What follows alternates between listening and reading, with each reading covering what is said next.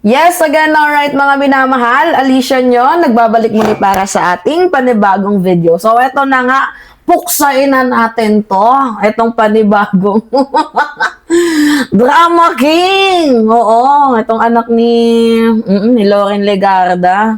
Nag-aral siguro to ng ng pagdadrama. Kaya magaling umiyak eh. Pero hindi kami satisfied dyan. Hawak mo naman palang Cabral files. And you are a public servant. E di-expose mo. 'Di ba? Kasi yan yung trabaho mo. Ba't mo pa ba tinatago? Hindi ka ba naman tarantado? Alright, sige, puksaan na to, mga minamahal. Panoodin natin. Akong patay. Ano? Huwag nyo akong patayin. Wag nyo daw siyang patayin. Sino ba yung nagbabalak sa'yo na na merong gusto sa'yong pumatay? Di sana dapat pumunta ka sa NBI. Di ba? Sa police station. Gets ninyo mga minamahal, ayaw mo palang matigibambam ka, di mag-report ka, hindi yung magpapa-press con ka, kung hindi ka ba naman mayroong kasarinlan sa pag-iisip. Alright, sige, continue tayo mga anakshis ko. Dahil kung papatayin nyo ako, lalabas ang buong katotohanan ng mga ginawa ninyo sa DPWH. Hoy gaga, buhay ka pa. Di ilabas mo na, bakit kailangan pang mategi ka bago mailabas? Bubita to. Tigos din ng Diyos ka! Diyos ka! Ayoko na. Continue. Diyos ko! Gigigil mo sa'yo ako Alright. There are really threats to me right now. Dahil baka noon hindi alam ng iba ang ibang hawak ko maliban sa Cabral files. Ano pang hawak niya? Lumabas na sa media ay tip of the iceberg ko lamang. Kung ilabas ko lahat ng mga files na hawak ko, maiintindihan ng taong bayan bakit higit pa sa lahat ng ibang mga target. Hindi kasi ganito yun eh. You are a public servant. 'Di ba? Kongresista ka. Binoto ka ng mamamayang Pilipino kasi may tiwala sila sa'yo sa kakayahan mo. Alam mo naman pala ang mga nakalagay sa dokumento. Hawak mo daw yung mga nasa dokumento. Bakit hindi mo yan ilabas? Di magiging superhero ka pa niyan. 'Di ba? Tapos sabi niya, mayroon daw karagdagang ebidensya. Tapos kapag nangyari daw yun, ang mangyayari, mas lalo daw siyang baka ipategi. Ngayon, sinabi mo na eh. 'Di ba? Ano pang hihitain nila sa'yo? Di ilabas mo na. Diyos niyo naman. Parang ginawa tayong bata, no? Mga minamahal. Takot daw siya sa kanyang kaligtasan. Kasi may badta daw dahil sa Cabral files.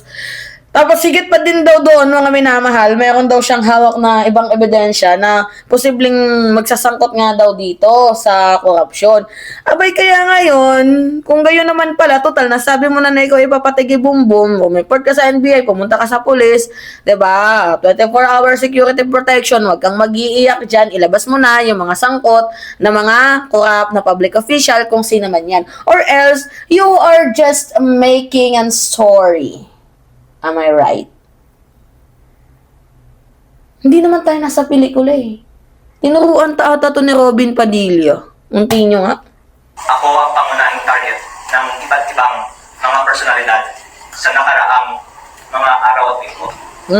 At the more na inaatake ako, the more na nakikita ng taong bayan na tila may dahilan na nais ng iba na patahimikin ako. At ako naman po ay ganito ito lang yung masasabi ko mga minamahal.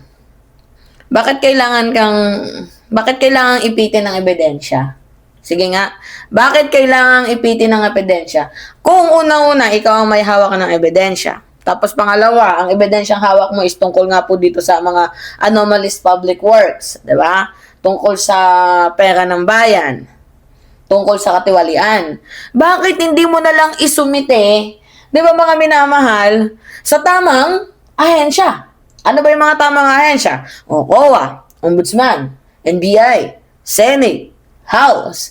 Di ba? Hindi yung magpapapress con ka tapos tamang iyak, hindi yan yung tamang venue.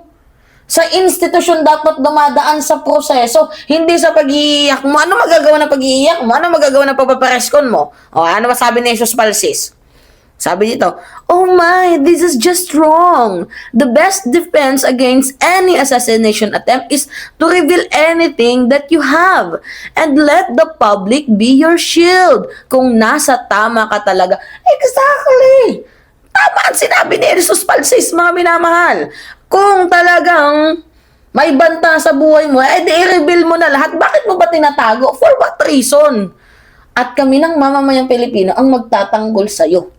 Diba? Once you reveal everything, there is no more reason for your assassins to kill you kasi nilabas mo na eh. But now, if you don't disclose what you have and for some good awful reason, patatahimikin ka ng mga assassin mo. Wala na makakapag-authenticate or validate nung gusto mo sanang ilabas. Di ba yan yung issue sa Cabral Files when Yusek Cabral left this world? Stop the this. Ilabas na ang lahat and let the public decide. Dapat ganun. Di ba, mga minamahal? Continue. Nakikinig sa payo ni Senator Ping Lacson na wag para-para. Kaya yung mga hawak kong ebidensya higit pa sa Cabral Files. Ang hawak niya daw na ebidensya higit pa daw sa Cabral Files. May ebidensya ka, hawak mo. Tapos kapag di mo inalabas, mayroong mangyayari sa'yo. Ano to? Vlog? Ano to? Teaser? Ha? Mga anakshis ko? Ano to? Teaser? Ha? Tapos yung pelikula tungkol sa bayan? Ang kininang. Continue. Hindi ko inilalabas. Alam mo, habang tumatagal na hawak mo yung ebidensya, tapos sinasabi mong mga mabibigat, mas tumatagal ang duda sa'yo ng taong bayan at mas nababawasan ang credibility mo. At mas lalong lumalabo yung authenticity mo. 'Di ba? Para kang si Meow Meow. 'Di ba? Parang twinning delight. Kayong dalawa. Aray ma. Pero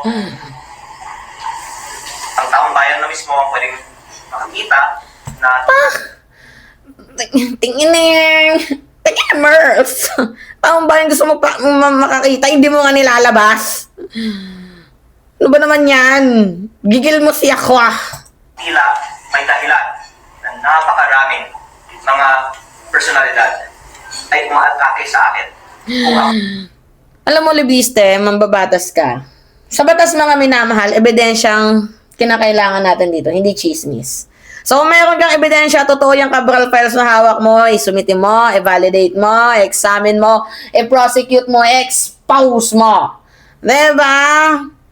Hindi valid ang takot, mga minamahal, natatakot ka kaya ayaw mo ma-expose. Pero sapat ba na natakot ka kaya hindi mo i-expose? Hindi mo isusumit yung ebidensya, i-hostage mo lang ang ebidensya, gagawin mo siyang public spectacle, di ba, sa isang seryosong akusasyon, gagawin mong contempt.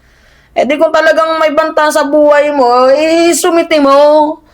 Di ba, mga minamahal? Hindi yung dinadaan mo sa skandalo or pa-press con. At dapat mas lalo mo yung i-document. Diba? Hindi kasi baka may mangyari sa akin. Ulul, niknik mo, bulok. Continue. Ako naman po ay walang hawak na damaging evidence. Siguro marami naman pong ibang atakihin nila na lang. O maraming ibang mga talakayan nila na lang.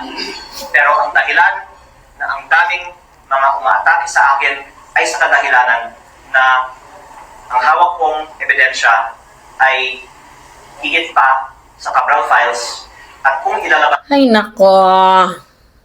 Nanggigigil ako. Dapat yung mga press con na ganito, itigil eh. Kasi yung press con, mga minamahal, wala po yung papers. Pahayag yan na walang affidavit. parinig yan, mga minamahal, na walang kaso. 'Di ba, kumbaga sa drama, merong scriptwriter, tapos merong actor. 'Di ba, sino yung gumawa ng, ay nako, another pelikula na naman to? Hoy, tandaan mo, libiste ang korupsyon, nililitis, hindi chinichismis, hoy, or binibigyan ng tis, tingin ng Merls, 'di ba? Continue. Sige nga, matanong, nasan ba talaga yung ebidensya? Magsusumiti ka ba talaga? Sige nga, mga minamahal, kanino, kailan, saan? May case number ba? Ay nako, Diyos ko, may sworn statement ba? Eh di kung wala, mga minamahal, hindi yan may expose. It is just an allegation, maybe, di ba? So, aligasyon na mabigat na parang eneme, merot niya lang. Malaki ang magiging consequences nito para sa ating bansa, at dahil sila po ay nagmamonitor sa ating press con ngayon, ako po ay sumusunod sa payo ni Senator Ping Lacson na wag bara-bara. Basta wag nyo akong patayin. Dahil kung papatayin nyo ako, lalabas ang buong katotohanan ng mga ginawa ninyo sa DPWH. Ay, taray, reward siya ka lang. Anyway, kayo mga minamahal, ano yung masasabi nyo dito? It's me again, Alicia nyo, nagbabalik muli para sa ating panibagong video. Ingat mga kababayan.